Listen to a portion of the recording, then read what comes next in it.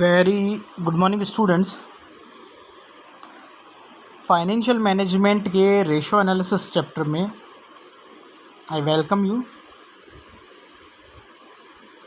हम ratio analysis में current ratio, profitability ratio और लिवरेज रेशो के बारे में पढ़ चुके हैं। आज जो हम बात कर रहे हैं वो रेशो एनालिसिस में बात करते हैं एक्टिविटी रेशो की। देखिए, कोई भी जो क्रेडिटर होते हैं या ऑनर्स जो होते हैं वो किसी भी फर्म में इन्वेस्ट करते हैं, और वो इन्वेस्ट इसलिए करते हैं कि उससे जो कंपनी या फर्म की जो सेल है और प्रॉफिट जनरेट हो, और उस प्रॉफिट का वो पार्ट शेयर करते हैं। और यदि अगर मैनेजमेंट सही तरीके से एसेट्स को मैनेज किया जा सकता है, अगर मैनेजमेंट सही तरीके से एसेट्स को मैनेज करता है तो उससे अमाउंट ऑफ सेल्स यानी विक्रय में अधिक वृद्धि होती है। और इन्हीं एसेट्स को मैनेजमेंट करने के लिए यानी मैनेज करने के लिए हम एक्टिविटी रेशो को कैलकुलेट करते हैं। एक्चुअली जो एक्टिविटी रेशोज़ होते हैं ये बताते हैं कि आपकी जो फर्म है उसकी रनिंग कैपेसिटी या एफिशिएंसी क्या है, या इसको ऐसे भी कह सकते हैं कि एक्टिविटी रेशो के द्वारा हम ये पता कर सकते हैं कि जो आपकी एसेट्स है वो टर्नओवर को, जो आपका टर्नओवर है उसको सेल्स में कितना कन्वर्ट करती है, यानी जो एसेट्स है वो आपके सेल्स को कैसे जनरेट करती है। जो एसेट्स लगी हुई है हम उससे उनको एक्टिव करके प्रॉफिट कैसे जनरेट कर रहे हैं। एक्टिविटी रेशो को एफिशिएंसी रेशो भी कहा जाता है, कई बार उसको टर्नओवर रेशो भी कहा जाता है। एक्टिविटी रेशो से हम ये भी ज्ञात कर सकते हैं कि किस गति से एसेट्स सेल्स में कन्वर्ट होती है, यानी इससे हमें ये पता चल जाता है एक्टिविटी रेशो से कि जो एसेट्स है हम उसका मैनेजमेंट करके किस तरीके से सेल्स को जनरेट कर रहे हैं, उसकी स्पीड भी पता चल जाती है। इसीलिए इसके जो सारे फॉर्मूले होंगे वो आप देखिएगा कि सेल्स पर ज़्यादा डिपेंड कर रहे हैं। आप चाहे इन्वेंट्री टर्नओवर रेशो लें, वैसे इसे टर्नओवर रेशो भी कहा जाता है, एक्टिविटी रेशो भी कहा जा सकता है, परफॉर्मेंस रेशो भी कहा जा सकता है और एफिशिएंसी रेशो भी कहा जा सकता है, या एसेट्स मैनेजमेंट रेशो भी इसको कहा जा सकता है।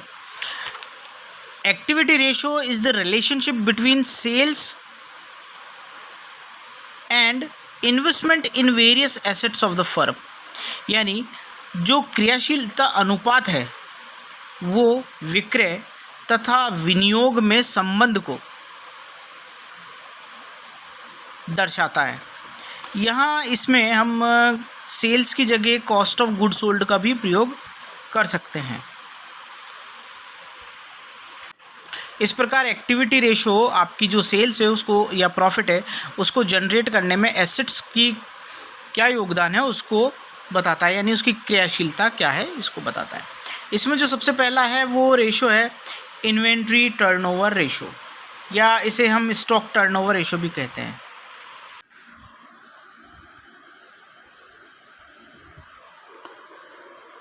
स्टॉक टर्नओवर रेशो का आशय कि ये होता है कि a firm must have reasonable stock in comparison to sales, यानी विक्रय के संबंध में कंपनी या फर्म को एक रीजनेबल स्टॉक अपने पास रखना चाहिए। क्योंकि अगर रीजनेबल स्टॉक से अगर मान लीजिए कि कम रहा तो वो डेंजर स्टॉक हो जाएगा, और डेंजर स्टॉक जो होता है वो कंपनी के लिए ठीक नहीं होता, क्योंकि डिमांड को फुलफ़िल करने के लिए आपके पास स्टॉक का होना बहुत ज़रूरी है। And the inventory turnover ratio normally establish the relationship between cost of sales and average inventory। तो इसका जो फॉर्मूला है वो है stock turnover ratio is equals to cost of good sold divided by average stock. यहाँ cost of good sold अगर question में नहीं दिया गया तो हम उसकी जगह सेल्स को भी ले सकते हैं, तब हमारा जो फॉर्मूला होगा वो होगा sales upon average stock. Cost of good sold है उसको आप कैलकुलेट कैसे कर सकते हैं, मैं पहले भी आपको बता चुका हूँ कि ट्रेडिंग अकाउंट का ये आइटम होता है। तो कॉस्ट ऑफ गुड सोल्ड को अगर आपको निकालना है तो उसका फॉर्मूला हो जाएगा operating stock plus purchase plus direct expenses minus closing stock. तो इस तरीके से आप कॉस्ट ऑफ गुड सोल्ड को निकाल सकते हैं। ये भी तब होता है जब in case of trading concern, अगर आप ट्रेडिंग कंसर्न की बात करते हैं तब आपका opening stock plus purchase plus direct expenses minus closing stock होता है।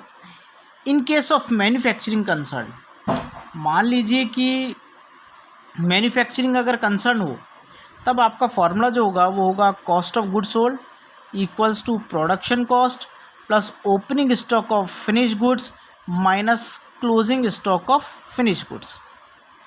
आई am repeating, cost of goods sold is equals to production cost plus opening stock of finished goods minus closing stock of finished goods। कई बार production cost को निकालने में भी परेशानी आती है, तो प्रोडक्शन कॉस्ट आपको पता है कि सिंपल तरीके से हम निकाल सकते हैं। रॉ मटेरियल को जोड़िए, उसमें लेबर को जोड़िए, उसमें डायरेक्ट एक्सपेंसेस को जोड़िए और उसमें मैन्युफैक्चरिंग एक्सपेंसेस को जोड़ दीजिए। यानी raw material, labour, direct expenses और मैन्युफैक्चरिंग ओवरहेड, इन चारों को अगर आप जोड़ दें तो आपका प्रोडक्शन कॉस्ट आ जाएगा। क्लियर है? तो जो हमारा फॉर्मूला बनता है वो बनता है cost of good sold upon average inventory. Cost of good sold आप चाहें तो अगर क्वेश्चन में अगर आपको ग्रॉस प्रॉफिट दिया है और सेल्स दिए तो आप सेल्स में से ग्रॉस प्रॉफिट को लेस कर दीजिए तो आपका कॉस्ट ऑफ गुड सोल्ड आ जाएगा। क्वेश्चन में आपको दिया हुआ है एवरेज स्टॉक, एवरेज स्टॉक भी आपको फाइंड आउट करना। तो एवरेज स्टॉक फाइंड आउट करने का फॉर्मूला सिंपल है, एवरेज निकालना है, opening stock plus closing stock और डिवाइडेड बाय 2 कर देंगे तो आपका क्लोजिंग स्टॉक एवरेज स्टॉक आ जाएगा। अब बात करते हैं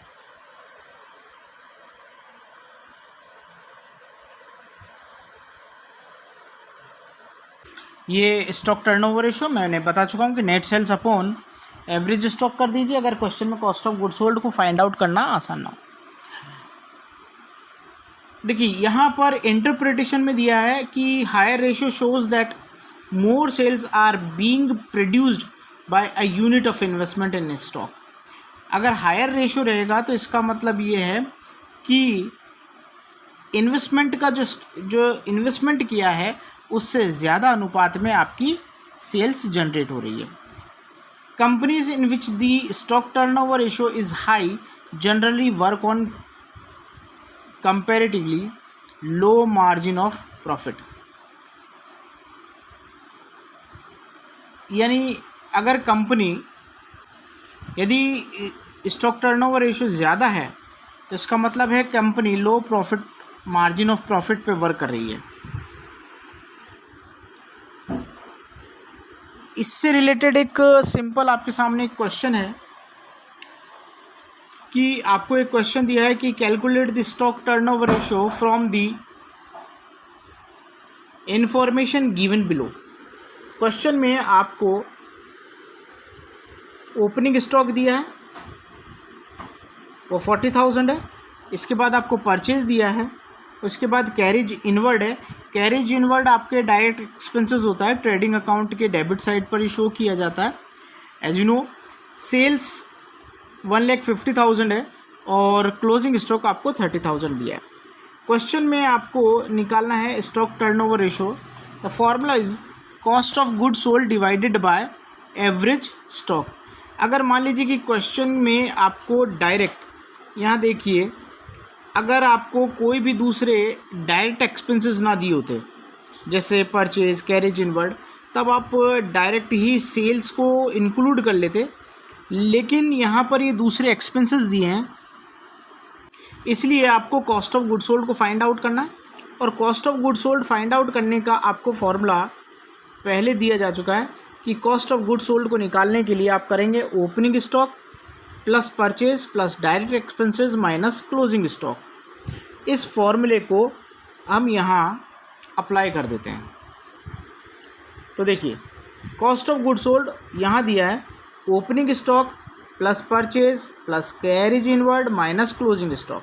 क्वेश्चन में यहाँ दिया है ओपनिंग स्टॉक 40,000, आप 40,000 लिख दीजिए, ऐड कर दीजिए परचेज 80,000 है वो यहाँ लिख दीजिए, प्लस कैरेज इनवर्ड आपको 10,000 यहाँ मिल जाएगा। जब आप इसको टोटल करेंगे तो ये बन जाएगा 1,30,000, माइनस इसमें से कर दीजिए आप क्लोजिंग स्टॉक। क्लोजिंग स्टॉक आपको यहाँ पर दिया हुआ है 30,000। तो क्वेश्चन में आपका आंसर जो कॉस्ट ऑफ गुड सोल्ड आएगा वो आपका 1 लाख। इसे हम इस फॉर्मूले में जहाँ पर स्टॉक टर्नओवर रेशो है यहाँ पर 1 लाख प्लेस कर देंगे, डिवाइडेड बाय एवरेज स्टॉक। देखिए, एवरेज स्टॉक के लिए दो चीज़ें चाहिए, opening stock plus closing stock divided by 2। तो देखिए, ओपनिंग स्टॉक आपका है 40,000 और क्लोजिंग स्टॉक आपको दिया है 30,000। यहाँ आप एवरेज स्टॉक निकालिए, opening stock plus closing stock 40,000 plus 30,000 divided by 2 यानी 35,000 आ गया। इसे यहाँ प्लेस कर दीजिए, 1 lakh divided by 35,000। Turnover ratio जितने भी हैं वो टाइम्स में आएंगे, इनका आंसर जो लिखा जाएगा वो टाइम्स में लिखा जाएगा। यहाँ पर 2.85 इसका आंसर आया। तो इंटरप्रिटेशन में आप वही चीज़ डाल सकते हैं कि हायर है, इंटरप्रिटेशन को पढ़िए, higher ratio shows the sales are being produced by a unit of investment in stock. कि अच्छा है ये आपके लिए फॉर्मूला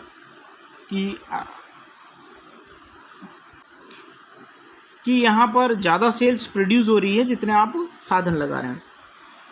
इसके बाद हमारे पास जो फॉर्मूला है वो डेटर टर्नओवर रेशियो का है।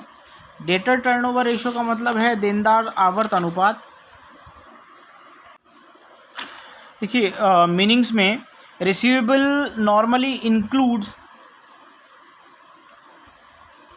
डेटर्स और bill receivable and represent the uncollected portion of credit sales.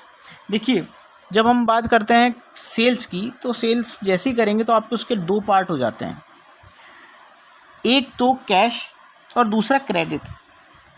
जब आपको कैश कलेक्ट हो जाता है तब उससे रिलेटेड आगे के ट्रांजेक्शन्स ख़त्म हो जाते हैं, लेकिन जैसे ही आपका क्रेडिट यानी उधार पर अगर आप सेल्स करते हैं तो आपके लिए कई तरह की चीज़ें आ जाती हैं फिर सामने, क्योंकि जैसे ही आप क्रेडिट उधार सेल करते हैं तो उसके 3 पोर्शंस हो जाते हैं। एक तो बिल रिसीवेबल यानी आप उस पर बिल लिख सकते हैं, दूसरा डेटर्स, क्योंकि जो क्रेडिट उधार देने वालों के लिए क्या हो जाते हैं, डेटर्स हो जाते हैं, और फिर बैड डेट्स, और एक और होता है प्रोविज़न फॉर डाउटफुल डेट्स। यानी जैसे ही आप क्रेडिट सेल्स करते हैं तो उसके लिए लाइबल जो हो जाता है वो होता है डेटर्स। डेटर्स के भी आपके 3 पार्ट हो जाते हैं। अगर आप उस पर बिल लिख देते हैं तो बिल रिसीवेबल, अगर यदि आप वो नहीं देता, आपको थोड़ा सा डाउट है, तो उसके लिए आप प्रोविज़न फॉर डाउटफुल डेट्स बनाते हैं, या फिर अगर वो पैसा नहीं दे पाता है तो फिर वो बैड डेट्स वाली कंडीशन आ जाती है। तो यहाँ पर जो डेटर्स है ये क्रेडिट सेल्स के लिए लाइबल है। इसमें आपके बिल रिसीवेबल आदि इंक्लूड होंगे। अब बात करते हैं कि डेटर टर्नओवर रेशो या इसे रिसीवेबल टर्नओवर रेशो भी कहा जाता है। The ratio establish the relationship between the credit sales and average receivable of the year. इसका जो संबंध है ये देनदार और एवरेज ट्रेड डेटर्स के बीच में, देनदार और उधार विक्रय के बीच में संबंध को दर्शाता है।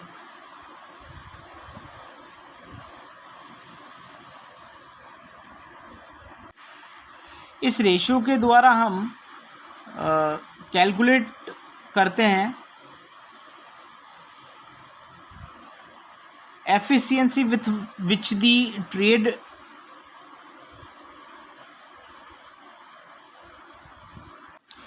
इसका जो फार्मूला है वो आपका होता है formula net credit sales divided by average receivable.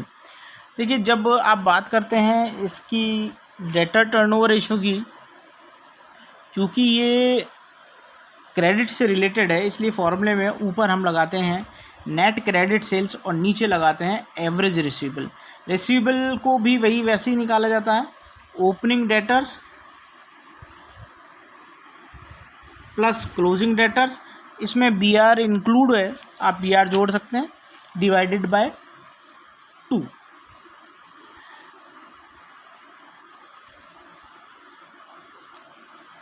तो इस तरीके से हम इस फॉर्मूले के द्वारा नेट क्रेडिट सेल्स को निकाल सकते हैं। कल के लेक्चर में हम डेटर टर्नओवर के बाद क्रेडिटर टर्नओवर रेशो और एवरेज कलेक्शन पीरियड और एवरेज पेमेंट पीरियड के बारे में स्टडी करेंगे। Thank you for today.